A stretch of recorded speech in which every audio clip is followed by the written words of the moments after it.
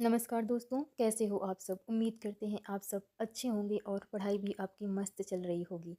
साथियों, आप सबका स्वागत है एंशिएंट हिस्ट्री की नेक्स्ट क्लास में, जिसमें घटना चक्र और दृष्टि द विज़न क्विक बुक को आधार बनाकर एंशिएंट हिस्ट्री को हम कवर कर रहे हैं। ये क्लासेस सभी वनडे एग्ज़ाम, स्टेट पीसीएस और रेलवे अदर एग्ज़ाम्स के लिए यूजफुल होगी। एंशिएंट हिस्ट्री की क्लास में हम प्राचीन भारतीय इतिहास को जानने के जो पुरातात्विक स्रोत थे, उसमें विदेशी साहित्य आज हम पढ़ेंगे कि विदेशी साहित्य से हमें प्राचीन समय के भारत की जानकारी कैसे प्राप्त होती है। तो साथियों, शुरू करते हैं। विदेशी साहित्य को हमने तीन तरह के उसमें डिवाइड किया है। एक, यूनानी एवं रोम के लेखकों ने जो साहित्य लिखा वो, और चीन यात्रियों के विवरण और अन्य अरब यात्रियों के विवरण से जो जानकारी मिलती है वो। यूनानी जो यात्री आए थे यूनान और रोमन से, उन्होंने क्या बताया, कैसी जानकारी दी, तो उसमें सबसे महत्वपूर्ण है हेरोडोट्स। हेरोडोट्स एक यूनान का इतिहासकार था, जिसे फादर ऑफ हिस्ट्री भी कहा जाता है। क्या कहा जाता है? Father of history. किसको? हेरोडोट्स को। हेरोडोट्स को फादर ऑफ हिस्ट्री कहा जाता है। इसकी एक बुक थी जो बहुत ही महत्वपूर्ण है, कई एग्जाम्स में पूछी जाती है। कौन सी? हिस्टोरिका। इसकी बुक का जो नाम था वो था हिस्टोरिका। हेरोडोट्स को फादर ऑफ हिस्ट्री कहा जाता है। ये यूनान का इतिहासकार था और इसकी बुक हिस्टोरिका थी।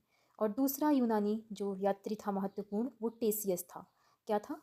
टेसियस। उसका नाम क्या था? टेसियस। टेसियस। टेसियस जो था वो ईरानी राजवैद्य था। ईरानी क्या था? राजवैद्य था। फिर मेगस्थनीज। मेगस्थनीज जो था, ये जो चंद्रगुप्त थे मौर्य, उनके दरबार में आया था। चंद्रगुप्त मौर्य के दरबार में आया था। और किसका राजदूत था? तो सेल्यूकस निकेटर का था। किसका? सेल्यूकस निकेटर का राजदूत था। चंद्रगुप्त मौर्य के दरबार में आया था, सेल्यूकस निकेटर का राजदूत था। इसकी एक प्रमुख पुस्तक थी इंडिका। क्या थी? इंडिका। इंडिका में इसने भारत के बारे में जानकारी दी है महत्वपूर्ण। तो इंडिका याद रखना है कि मेगस्थनीज की जो बुक थी वो क्या थी? यात्री था वो था प्लिनी। क्या नाम था? प्लिनी। प्लिनी। प्लिनी। इसकी जो बुक थी नेचुरल हिस्ट्री। क्या थी? Natural history. फिर एक बुक है Periplus of the Erythraean sea. Periplus of the Erythraean sea. इसके जो लेखक हैं वो अज्ञात हैं, उसकी जानकारी नहीं है, याद रखनी है बस बुक का नाम पेरीप्लस ऑफ द इरिथ्रियन सी। फिर अगला यूनानी जो यात्री था Claudius Ptolemy. Claudius Ptolemy. Claudius Ptolemy. और इसकी जो बुक थी भूगोल एंड अल्मा गेस्ट। भूगोल एंड अल्मा गेस्ट। क्या थी? भूगोल एंड क्या थी? अल्मा गेस्ट। और नाम क्या था? Claudius Ptolemy. फिर नेक्स्ट जो था वो था डाइमेकस। डाइमेकस जो था वो सीरियन नरेश के समय में आया था। कहाँ से, कब आया था? बिंदुसार, सॉरी, सीरिया से आया था। सीरियन नरेश ने इसे भेजा था। और किसके समय में आया था? बिंदुसार के समय में। अगला यूनान से जो यात्री आया था वो कौन था? डाइमेकस। डाइमेकस किसके समय में आया था? तो बिंदुसार के समय में। किसके समय में? बिंदुसार के समय में आया था। और बिंदुसार के समय में इसको भेजा किसने था? सीरियन नरेश ने। किसने? सीरियन नरेश ने। और कौन था सीरिया का नरेश उस समय? अंतियोकस। अंतियोकस। अंतियोकस। नाम क्या था? अंतियोकस। ये अंतियोकस का राजदूत था। कौन? डाइमेकस। फिर जो चीनी यात्री थे, चीनी यात्रियों से हमें क्या जानकारी मिलती है? तो चीन से कौन कौन से यात्री आए थे, जिसमें महत्वपूर्ण है चीन से यात्रियों का जो क्रम है वो भी पूछा जाता है।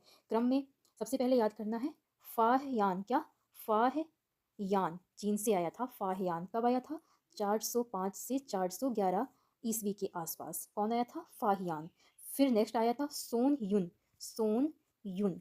सोन युन कब आया था? 518 ईस्वी से 520 ईस्वी के आसपास। याद रखना है, क्रम जरूरी है इसका याद रखना, अरेंज करने के लिए भी याद सकता है। इत्सिंग। इत्सिंग कब आया था? 671 ईस्वी से 695 ईस्वी के आसपास ये यहाँ रहा है।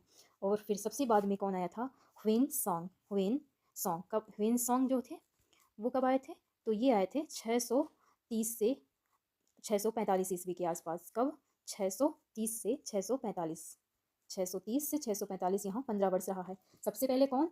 तो फाहियान, फिर सोनयुन, फिर ह्वेनसांग, फिर सबसे बाद में कौन सा, इत्सिंग। फाहियान जो था वो गुप्त राजा चंद्रगुप्त द्वितीय के समय में आया था। किसके समय में आया था? गुप्त राजा चंद्रगुप्त द्वितीय के समय में कौन आया था? फाहियान आया था। और इसकी जो बुक थी वो क्या थी? A record of Buddhistic kingdom. A record of Buddhistic kingdom. वो ये जो बुक है इसमें क्या है? एमपी के बारे में कहा है कि मध्य प्रदेश की जनता बहुत सुखी और समृद्ध है। क्या कहा है इसमें? मध्य प्रदेश की जनता बहुत सुखी और समृद्ध है। और ह्वेनसांग किसके समय में आया था? तो ह्वेनसांग हर्षवर्धन के समय में आया था। हर्षवर्धन के समय में आया था। और कितने समय रहा यहाँ पर? 15 वर्ष रहा। कब से? 630 से 645। ह्वेनसांग की बुक है सीयूकी। क्या है?